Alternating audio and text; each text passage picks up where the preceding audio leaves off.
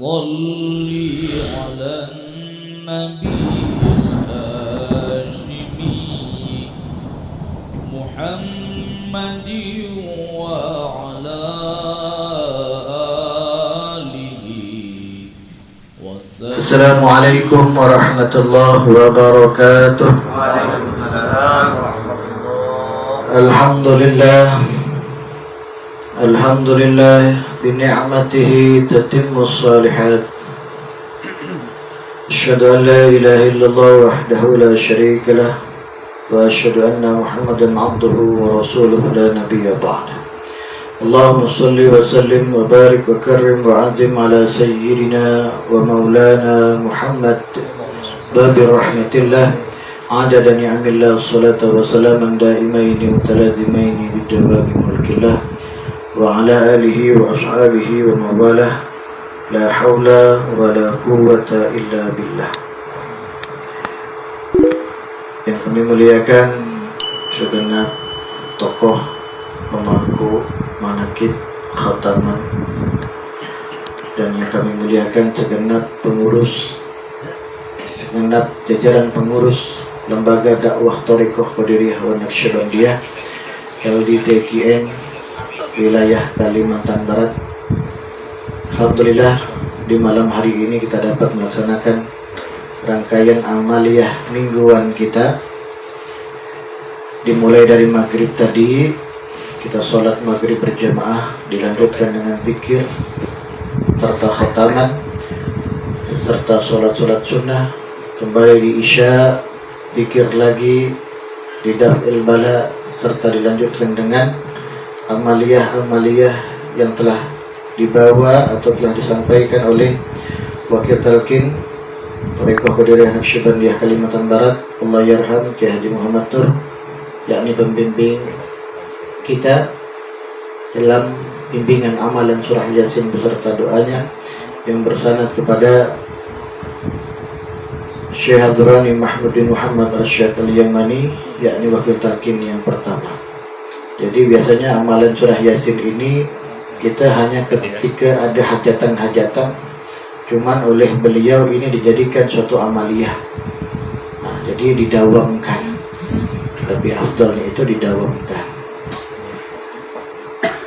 Salawat teriring salam selalu dan senantiasa tercurah kepada junjungan alam, panutan kita, baginda Nabi besar Muhammad SAW, penuh dengan harapan mudah-mudahan kita yang hadir di majelis ini dan seluruh ikhwan Thariqah Qadiriyah wa Naqsyabandiyah seluruhnya yang di bawah asuhan mursyid pangersa Abah Anom senantiasa tercatat sebagai umat setia baginda Nabi Muhammad SAW, akhirnya kelak di yaumil qiyamah berhak mendapatkan syafaat ataupun pertolongan daripada beliau. Amin amin ya rabbal alamin.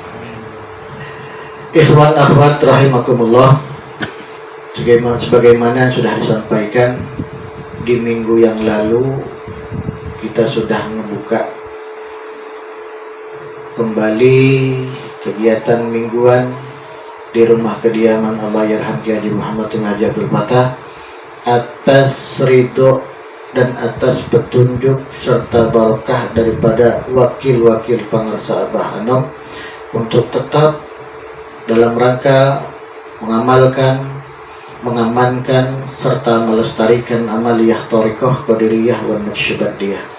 Dan di dalamnya ini kita tabarukan, atau bahasa Jawanya itu ngalap barokah. Kalau bahasa Sundanya itu nyohonkan barokahna daripada mursyid kita dan juga pengarang kitab Miftahus Sudur, Allah yarham Syekh Ahmad Suhaibul Wafat Tajul Arifin radhiyallahu. Dalam rangka kita mengkaji, bukan mengajarkan. Kami tidak boleh mengajarkan karena di dalam thariqah kedudukan hanya ada dua. Yang pertama guru dan yang kedua murid. Kita sama-sama di sini mengkaji, sama-sama murid, dan juga gurunya tetap satu, yakni pangersa Abah Anom. Jadi kita ini bisa dikatakan manaqibnya Abah Anom sekarang, karena membaca riwayat apa yang beliau tinggalkan untuk kita jadi pedoman. Seperti itu. Yang akan kita kaji ini sebenarnya sudah dikaji oleh Wakil Talqin Allahyarham Ki Haji Muhammad Nur di tempat beliau ini. Cuman kita tabarukan kembali murajaah, kembali mengingatkan apa yang telah disampaikan oleh para wakil-wakil talqin saja. Seperti itu. Adapun yang kita kaji ini yakni kitab Miftahus Sudur, terbagi dua. Miftah itu kunci, sudur itu dada. Jadi kunci pembuka dada. Insyaallah. Kalau kita menelaah buka dada ini, sebenarnya baginda Nabi Muhammad SAW pun itu dibelah juga dadanya ketika beliau melaksanakan Mi'raj, naik ke atas. Dibelah dulu dadanya, dibersihkan, bukan dalam artian beliau kotor, cuman ini pembelajaran buat kita, umatnya yang kotor. Beliau tuh Masya Allah saking perhatian dengan umatnya, apapun dikerjakannya. Inilah dia. Di sini kita mengamalkan atau belajar bersama-sama apa yang sudah dikarang oleh mursyid kita Syekh Ahmad Suhaibul Wafatajul Arifin. Buku ini sebenarnya berbahasa Sunda. Jadi berbahasa Sunda, cuman beliau Masya Allah menyerahkan kepada Profesor Dr. Kiai Haji Abu Bakar Aceh. Namanya saja sudah kita bisa kira dah beliau ini orang mana. Karena biasanya tuh ujung daripada nama itu biasa inisial di mana beliau tinggal. Ini masih pakai ejaan lama, ATJEH, Aceh. Kalau kita sekarang Aceh. Ini biasanya inisial. Contoh, Sultan Aulia Syekh Abdul Qadir Al-Jailani, ujungnya tuh ada Jailani atau Jailan, itu daerah di mana beliau berada, dilahirkan. Contoh lagi, kita sering baca berjanji. Itu berjanji itu berasal dari daerah itu namanya Barzanda. Daerahnya Barzanda, cuman jadi tabarukan mengikuti nama orang yang buat kitabnya. Contoh lagi, mursyid kita yang menggabungkan dua thariqah itu Syekh Ahmad Khatib Sambas, udah nampak juga dari Sambas. Ada namanya juga Syekh Ahmad Khatib Minangkabau, udah jelas dari Minangkabau. Tak mungkin dia orang Minangkabau ada yang klaim orang Pontianak pula. Itu bukan urusannya itu. Jadi sudah jelas-jelas namanya. Jadi gunanya beliau membuat kitab ini yakni Pangrasa Abah Hanum, gunanya membina iman manusia agar teguh daripada segala godaan syaitan dan bujukan nafsu, serta tabah dan kuat menghadapi segala rintangan untuk menghendaki kemajuan agama dan negara zahir maupun batin. Jadi maksud beliau buat ini seperti itulah tadi, untuk iman manusia kita ini. Karena iman ini turun naik agar teguh daripada godaan syaitan atau bujukan serta tabah dan kuat menghadapinya. Kami merujuk kepada salah satu kitab karangan beliau juga. Sebentar. Ini karangan beliau juga. Di awal ini ada keterangan hadis, makanya beliau letakkan ini di depan sekali. Bunyi hadisnya seperti ini: raja'na minal jihadil asghar ilal jihadil akbar, a'da'uka nafsuka allati baina janbaika. Marilah kita kembali dari perang yang kecil menuju perang yang besar, yakni perang melawan hawa nafsu yang selalu terisi di dalam dada kita. Ini riwayatnya ketika perang Badar kalau tak salah. Bahkan ada salah satu ustadz, saya tak kenal waktu itu, di Pontianak. Beliau tausiah tentang ayat ini, dalil ini. Beliau bilang ini hadisnya hadis doib. Hadis doib tapi Abah Hanum letak di pertama sekali di depannya. Ternyata saya dapat jawabannya. Jawabannya apa? Ternyata dulu sering kiai-kiai itu hadir ke Suryalaya menanyakan ke Abah Anom, Bah, kenapa di Suryalaya ini banyak menggunakan hadis-hadis doib? Abah, biasa andalan Abah Anom tuh, senyum dulu beliau tuh. Senyum dulu, baru dijawabnya. Apa kata Abah Anom bilang? Masya Allah.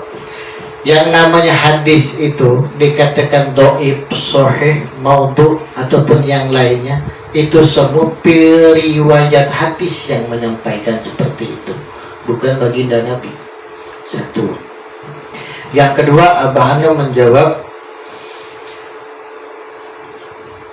hadis sahih sekalipun kalau tidak dikerjakan hanya jadi cerita. Tapi kalau hadis yang doib, ketika kita kerjakan, insya Allah masih ada keberkahan di dalamnya. Dan itu juga pernah dibahas oleh salah satu wakil talqin Kalimantan Barat, Allah yarham, Ki Haji Muhammad Nur, bilang mengatakan seperti ini. Kembali saya mengingatkan dulu pernah beliau sampaikan. Ketika bapak ibu punya sampah di rumah, sampah, kita bawa tuh sampah tuh ke tempat sampah yang warna kuning tepi jalan biasa tuh. Nah, kita buang itu semua ke sana. Berarti kita bahasanya sudah tidak pakai ini. Kita buang ke sana. Ternyata apa yang terjadi? Tak lama berjelang kemudian ada pemulung datang. Nah, dikais, ketemulah botol aqua, ketemulah plastik-plastik yang bisa dijual. Ternyata itu dijual, menghasilkan duit, dan juga bisa menghidupi keluarganya. Anaknya sekolah, anaknya mondok, bisa dari situ. Ternyata apa pengkajiannya di sini? Semua yang orang buang belum tentu tidak ada berkahnya. Nah, dan yang orang buang itu pun bisa jadi keberkahan untuk orang lain. Nah, ini kan sekarang dia udah tak heran dah kita ya.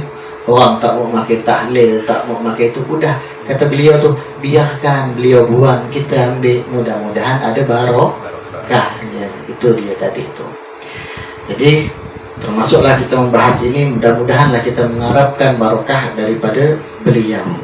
Dan beliau juga berdoa semoga bersama dilimpahkan taufik hidayahnya sehingga berkesempatan mempelajari dan mengamalkan untuk mencapai bahagia sejahtera di dunia dan di akhirat. Sejauh ini ketika orang belajar hanya sekedar kelas mempelajari saja. Cuman ketika kita belajar thariqah ini bukan hanya belajarnya saja, tapi fokus ke amaliyahnya. Termasuklah kita belajar malam hari ini bukan fokus ke tausiahnya sebenarnya, fokus ke amalannya. Karena Abah Anom saja menyampaikan, letakkan dulu keilmuanmu, amalkan dulu zikir la ilaha illallah. Karena apa? Zikir la ilaha illallah itu makanan pokok. Makanan pokok. Insya Allah nanti ilmu-ilmu itu akan datang dengan sendirinya ketika pokoknya dulu kita makan. Contoh, kita nak makan ada rendang, ada daging, ada macam-macam lah semua lauknya. Nasi tak ada. Apa rasanya? Kenapa? Pokoknya itu nasi. Indonesia ini terkenal dengan makan nasi. Makanya sampai ke Arab pun itu pernah ditegurkan salah satu ulama, Abu Yazid Muhammad bin Alawi al-Maliki al-Hasani al-Maki, ketika melihat orang Indonesia makan roti. Ternyata beliau bilang, ngasih instruksi, itu belum makan kalau orang Indonesia. Orang Indonesia itu makan kalau ketemu nasi baru makan. Kalau orang sana itu cukup roti. Roti sana tuh heran gak saya, lama ya dibiarkan sikit kejong tadi dah. Ini yang udah berangkat haji ini udah paham semua dah. Dibiarkan ya sebentar roti itu, tak lama kejong dah kita makan itu. Itulah luar biasanya Arab Saudi. Seperti itu. Dan juga perlu kami sampaikan, salah satu kaul daripada yang mengartikan kitab ini, yakni Profesor Dr. Kiai Haji Abu Bakar Aceh. Beliau mengatakan kitab ini merupakan tonggak sebagai tanda di tengah lautan. Ini kata beliau ini. Untuk mencapai tanda itu perlulah ada biduk yang dikayuh melalui ombak dan riak gelombang, latihan yang maha dahsyat. Beliau di sini mengibaratkan seperti lautan. Dan ini juga Masya Allah, mursyid kita Pangarsa Abah Anom itu dijuluki oleh salah satu ulama dari Martapura, min ahli thariqah juga, min ahli ilm juga, yakni Abah Guru Sekumpul Ki Haji Zaini bin Abdul Ghani. Beliau mengatakan Abah Anom itu lautan thariqah. Kalau laut Pak berarti tak nampak tepi ya. Kalau laut tak nampak tepi ya. Kalau sungai masih nampak tepinya. Kalau laut tak nampak tepinya. Saking luasnya itu tadi itu. Abah Anom itu lautan thariqah. Di sini disampaikan beliau merupakan tonggak sebagai tanda di tengah laut. Jadi ibarat laut itu ada tonggak. Di situ tujuan kita itu untuk mengikuti kepada beliau. Cuma kita menuju di sana itu, maka disampaikan di dalam kitab, tidak hanya bisa kita pelajari saja. Cuma kita harus penekanan ke amalannya. Hanya ngambil baiat saja, amalkan tak ada, apa cerita? Ya kan gitu. Makanya ketika orang itu pernah bertanya ke saya, kalau kita ngagak ulama itu, mohon doa itu bagus, tidak salah. Tapi yang cantik itu ketika kita ngagak ulama, apa yang diamalkan beliau yang kita pinta sebenarnya. Bukan hanya minta doa saja. Kalau doa setelah itu selesai. Cuman kalau amalan kan setelah itu berkelanjutan. Itu makanya pentingnya kita ngalap barokah dan mengamalkan apa yang telah diamalkan oleh beliau. Kata Ajengan Jejen dulu, Masya Allah, beliau mengatakan ketika kita itu sayang dengan orang, maka kita harus memberikan barang itu yang baru. Itu kalau kita sayang dengan orang. Cuman kalau kita sayang dengan orang itu, dengan soal amalan, itu harus amalan yang bekas diamalkan. Kalau belum diamalkan, nak kita kasih ke orang, kita ya belum tahu rasanya macam mana. Seperti itu mengingat kaulnya Ajengan Jejen tuh. Jadi Abah Anom mengajarkan kita semua apa yang diajarkan beliau itu sudah beliau dulu yang selami itu. Makanya jangan ragu lagi, jangan was-was lagi, sami'na wa ata'na. Apapun yang diperintahkan beliau. Soalnya banyak mundur nih. Ini terjadi di Pontianak nih. Tapi mudah-mudahan tidak lagi terjadi. Di masa beliau hidup, beliau sami'na wa ata'na ke Pangarsa Abah Anom. Salat sunat 100 rakaat. Sami'na wa ata'na kita kerjakan. Cuman itu tadi itu ada juga yang menyalahkan karena ini dalilnya dhaif.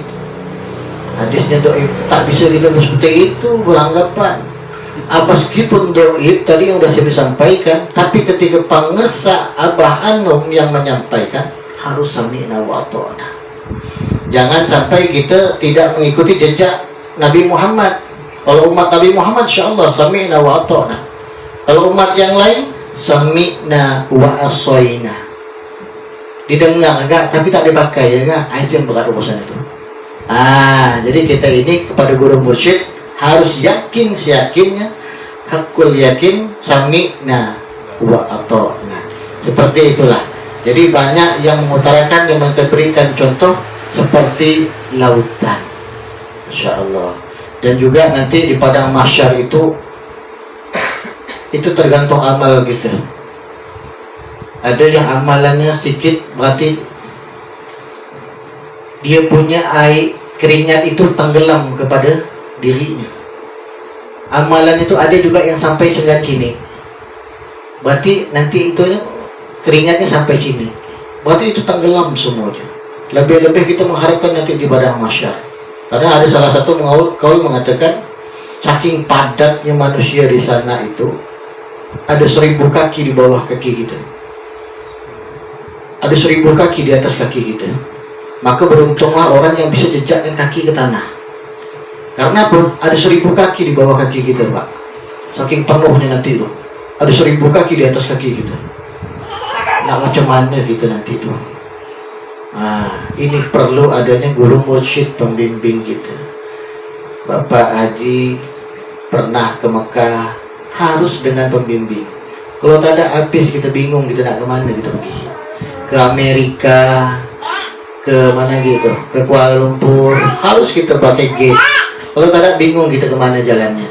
Begitu juga alam sana, kita harus ngikut dengan orang dalam. Nah, biar lebih aman. Ini sekilas pandang tentang kitab Miftahus Sudur ini. Belum kita masuk ke dalam kajiannya. Masya Allah, kalau masuk kajian dalamnya makin dalam, makin luas ilmu Allah. Di sini kembali kami menyampaikan, tidak ada niat hati untuk mengajarkan, tapi kita niat hati untuk sama-sama ngalap barokah daripada pangersa Abah Anu. Tak terasa jam dah jam 8:30 dah.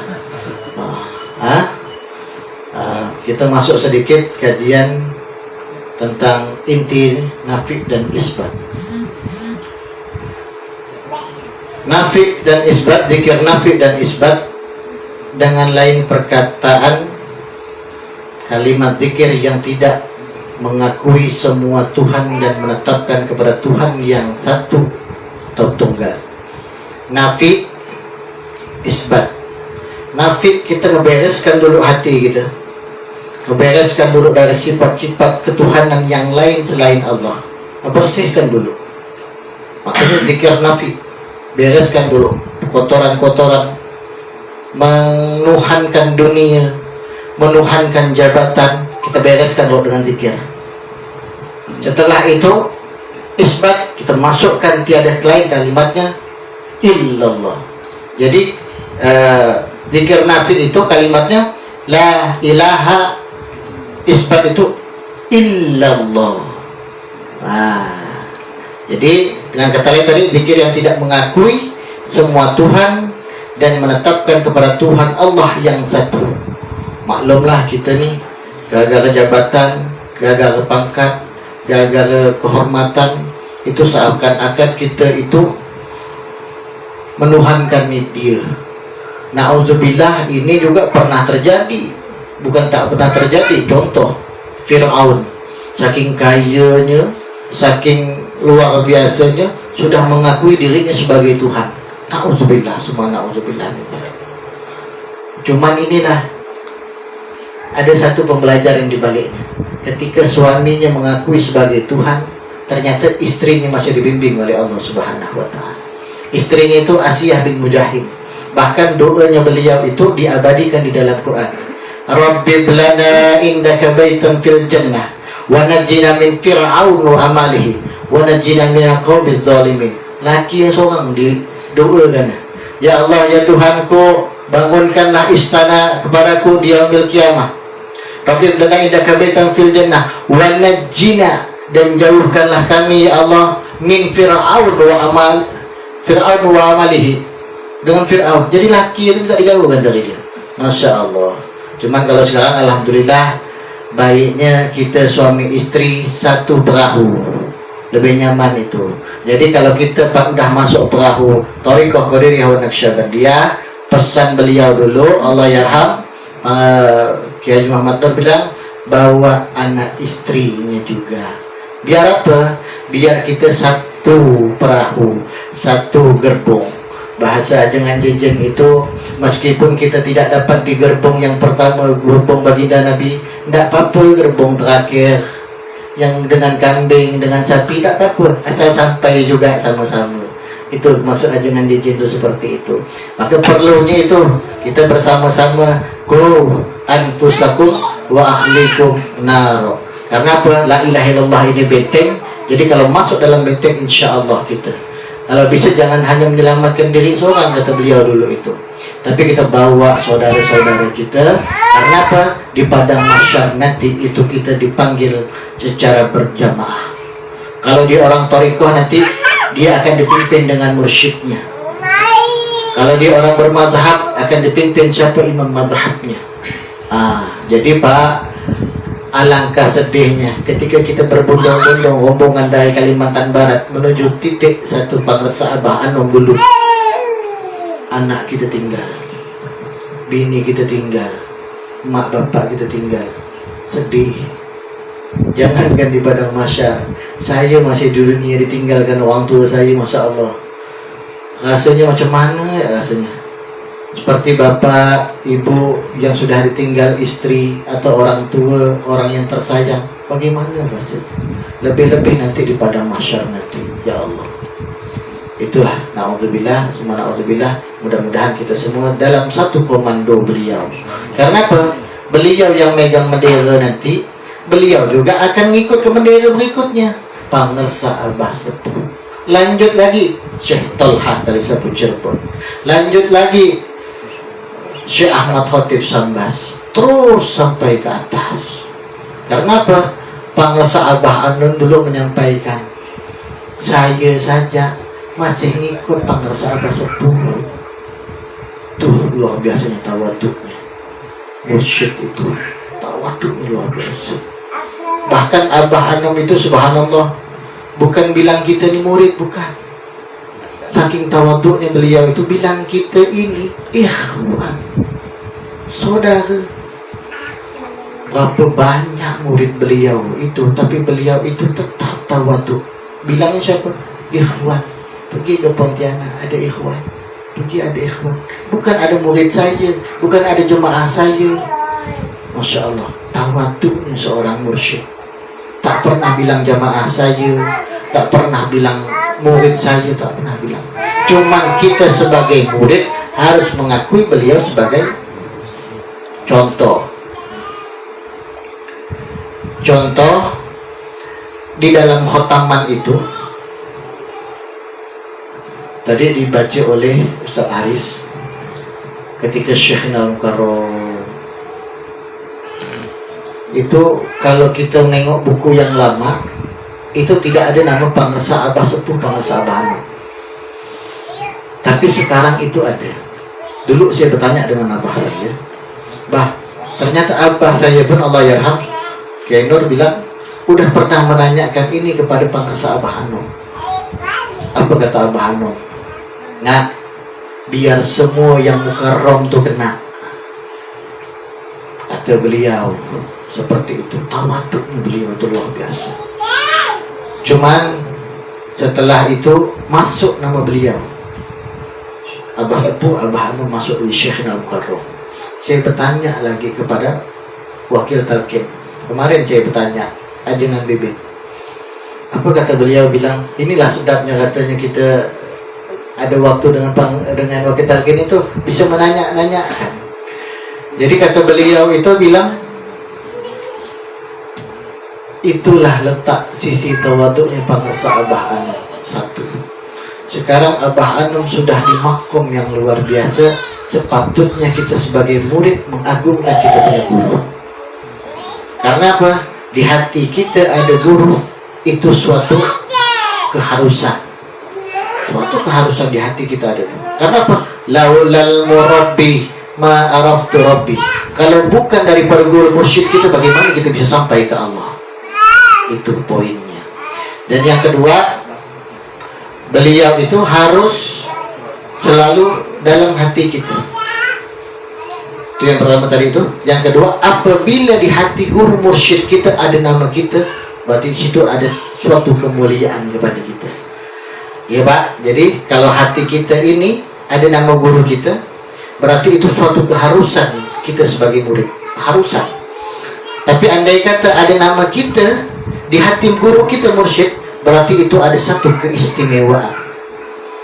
Karena Masya Allah, murid Pangersa Abah Anum ini tidak sedikit, banyak, luar biasa. Tapi nanti akan nampak di padang mahsyar, orang-orang yang istiqomah itu akan nampak. Akan nampak. Meskipun dia ketika di dunianya tak terkenal, ihwan-ihwan biasa, duduk malah di pojok terus. Tapi nanti itu di padang mahsyar itu mungkin dia itu yang dipanggil.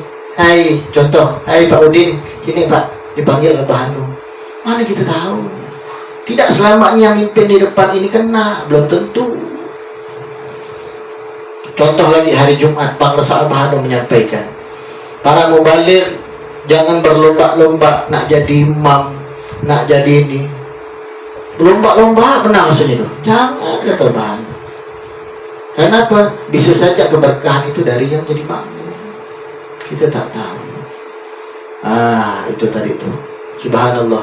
Jadi kita sambil mengkaji ini, semakin teringat lagi gaul-gaul Pangersa Abah Anum, Masya Allah. Jadi teringat daripada wakil-wakil Abah itu. Ini perlu kita sampaikan semua tadi. Dan juga Zikir yang paling besar manfaatnya dan yang paling sangat berbekas bagi manusia yaitu kalimat La ilaha illallah. Beliau dulu menyampaikan ini dapat menembus 7 petala langit. Terbuka petala langit itu Pak, terbuka sampai ke arasy. Kalimat La ilaha illallah ini, subhanallah. Jadi tidak teko kita ketika mengamalkan ini. Bahkan kita ngedawangkan setiap hari. Memang lebih nyamannya itu berjamaah. Kalau jamaah tuh semangat rasanya. Tapi kalau udah seorang-seorang tuh badannya udah mulai begini. Bukan orang Pak, saya. Kalau orang sih Masya Allah luar biasa semua. Saya nih pertama badan yang bungkuk. Dan bungkuk-bungkuk mah lah, letih dah jadi dah. Saya guna jadinya. Bukan orang Pak, saya. Masya Allah. Ini ya. Kalau semangat, kalau ramai-ramai itu semangat ya rasanya. Pernah di tempat Ustaz Haris ini bertanya, Ustaz macam mana cara yang zikir nyaman tuh? Saya ini tak boleh gak mengucap Allah saya. Apa yang diajarkan wakil-wakil abah lah. Makanya ketika tarikan dari awal itu, kenakan dulu semua itu, melintang kalimah La ilaha illallah di badan kita. Dan yang kedua itu tak bisa sikit-sikit. Coba Bapak try. Kalau masih sikit tuh belum nyaman rasanya. Kalau udah banyak tuh, nyaman ya rasanya tuh. Seperti makan. Nah, saya contohkan seperti makan. Kalau 2 sendok, apa kekenyang gitu. Kalau udah sepiring, kenyang tuh. Nyaman perasaan gitu tuh, udah tersandar tuh. Seperti itulah zikir. Karena zikir itu makanan rohani kita. Seperti itu. Ya Pak ya. Allah berfirman, fa'lam annahu la ilaha illallah. Afdal zikri fa'lam annahu la ilaha illallah. Seafdal-afdalnya zikir yakni mengucapkan kalimah la ilaha illallah, tiada Tuhan selain Allah. Ini banyak dulu bertanya dengan beliau. Sedikit lagi ya. Kenapa orang thariqah itu habis sholat, ini saya jawab nih Pak, karena sudah disampaikan beliau, masuk kita buka pikiran. Kenapa orang thariqah itu habis sholat zikirnya langsung la ilaha illallah, tak pakai subhanallah walhamdulillah wala ilaha illallah Allahu akbar. Dulu disampaikan beliau, yang pakai subhanallah walhamdulillah bagus, tidak salah. Yang nak langsung la ilaha illallah, mungkin dia sudah dapat baiat, juga tidak masalah. Ya, kalau orang yang belajar thariqah dia langsung la ilaha illallah, ibarat kata karena ini afdalnya zikir. Afdal zikri fa'lam. Jadi seafdalnya zikir ini la ilaha illallah. Disampaikan beliau seperti kelepon. Dicontohkan nih Pak. Yang nyaman-nyaman sedikit nih, karena kue udah habis semua, kue saya belum habis. Ini lagi nyaman nih, benar rasanya. Yang lain kuenya udah habis. Itu kan ada kelepon tuh. Bukan ya. Ini. Jadi contohnya kelepon. Mohon maaf, si bawa ini. Kalau Kiai Wafiuddin tuh langsung dicontohkan dengan gambar-gambarnya. Ini saya langsung orang bentuknya. Seperti ini Pak. Kita tengok kue ini. Ini ada kelapa. Betul ya?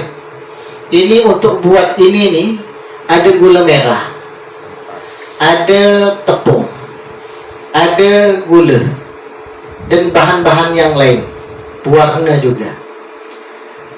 Kalau ini udah jadi seperti ini, apakah masih dibilang gula? Apakah masih dibilang kelapa? Apakah masih dibilang air? Apakah masih dibilang tepung? Tidak. Sudah jadi kue apa nih Ustaz? Kue apam. Tidak dibilang gula lagi, tidak dibilang air lagi, tidak dibilang tepung lagi, tidak dibilang kelapa lagi, udah jadi kue apam. Nah, jadi orang berthariqah itu bukan melarikan atau membuang yang lainnya, tapi sudah jadi satu kesatuan. Ambil yang afdalnya zikir langsung la ilaha illallah. Bukan dalam artian orang zikir, orang thariqah itu membuang yang lainnya, bukan. Salah itu penafsiran seperti itu. Langsung udah seperti ini bahasanya tadi itu. Nah, kita paham dan langsung pakai bahasa ini nih. Kalau udah nengok kue ini alhamdulillah ya rasanya. Masya Allah. Itulah dia. Zikir itu. Jadi bukan yang lain bukan. Andai kata kita para mubalik di suatu tempat yang kebanyakan belum ikhwan, jangan juga langsung memaksakan. Syukur-syukur thariqah itu diterima dengan kalangan umum. Itu yang disampaikan para wakil talqin. Syukur-syukur diterima dulu, pelan-pelan, jangan terlalu laju. Alon-alon asal kelakon, kata orang Punggok.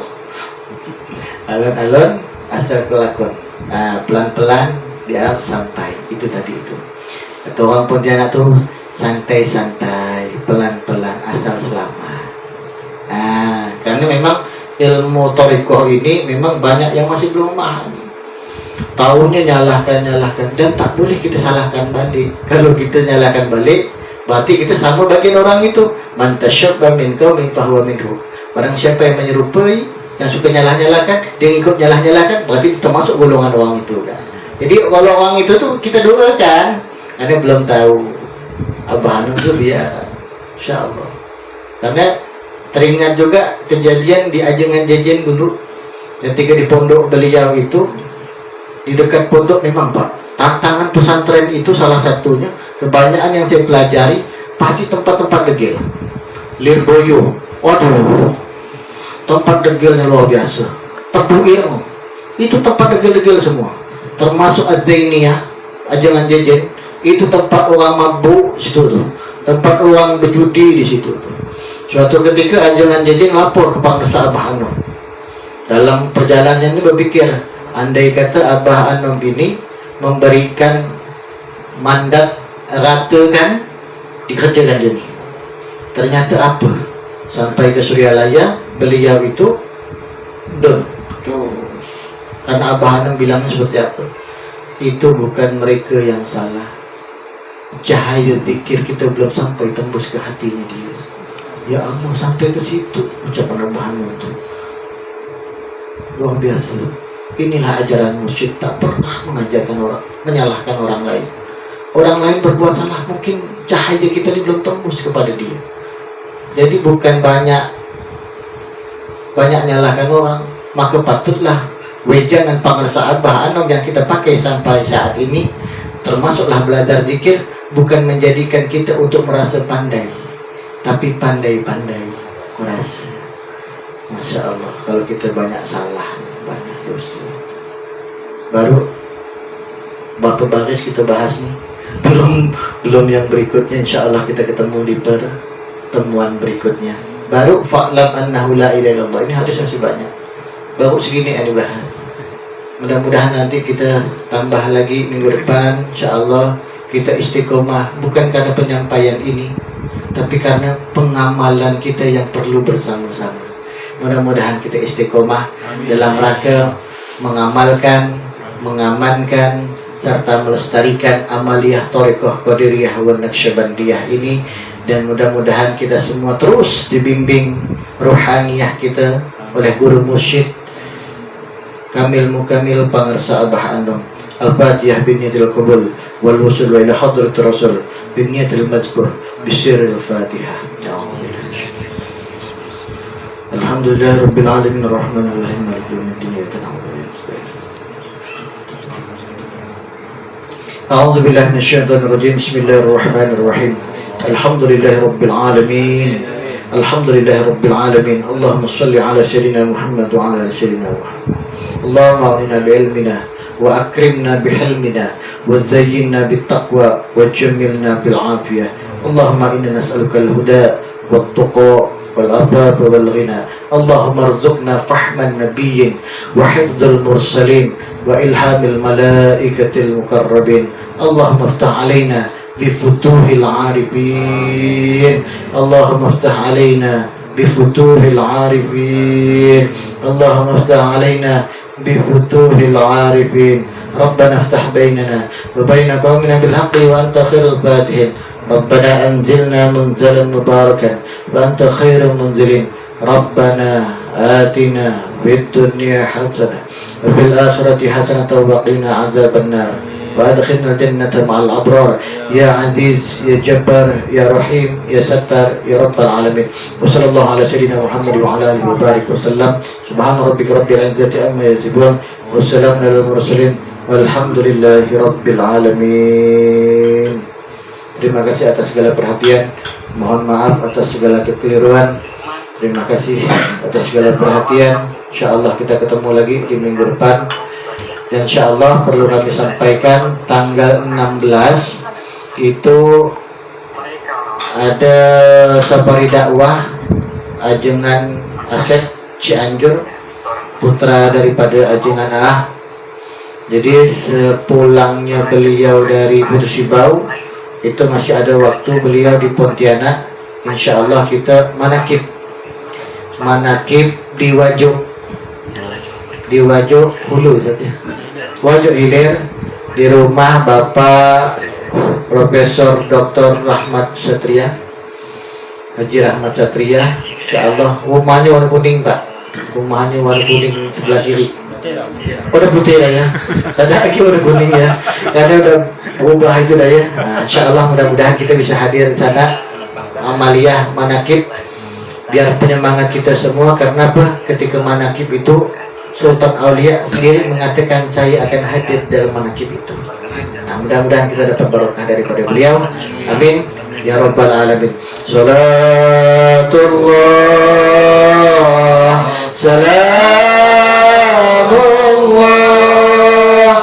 ala Taha Rasulillah. Salatullah salamullah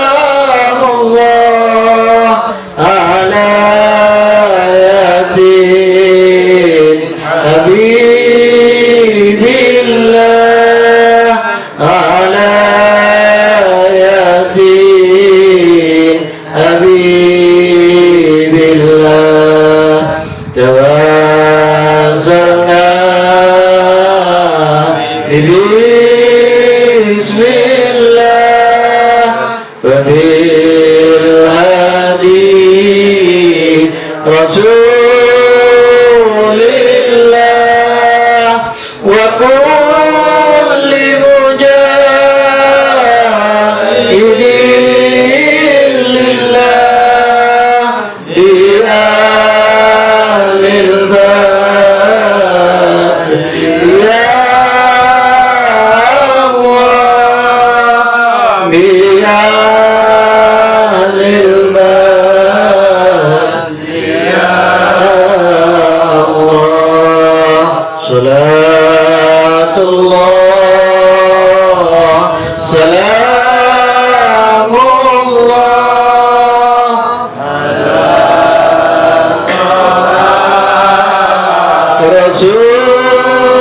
Rasulillah. Salatullah